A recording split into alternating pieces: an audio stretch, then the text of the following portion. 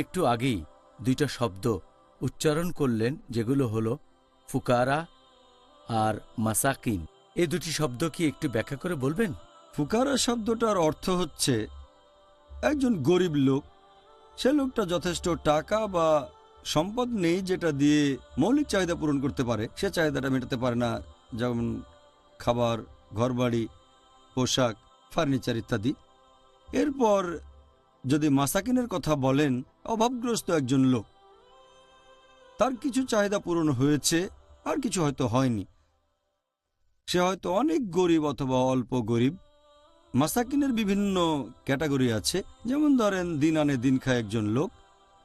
সে লোক হয়তো মৌলিক চাহিদাগুলো পূরণ করতে পারে, কিন্তু হঠাৎ করে তার হার্ট অ্যাটাক হয়ে গেল, তার কাছে হয়তো চিকিৎসা করার মতো টাকা নেই, সে তখন হয়ে যাবে মাসাকিন, অভাবগ্রস্ত। তাহলে আপনি জাকাত দিয়ে তাকে চিকিৎসায় সাহায্য করতে পারেন।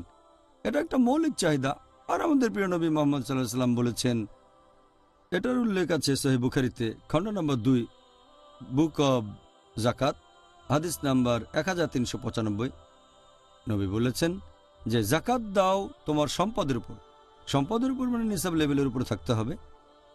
আর ধনীদের কাছ থেকে জাকাত নিয়ে সেটা গরিবদের দাও, তার মানে ফুকারাদের।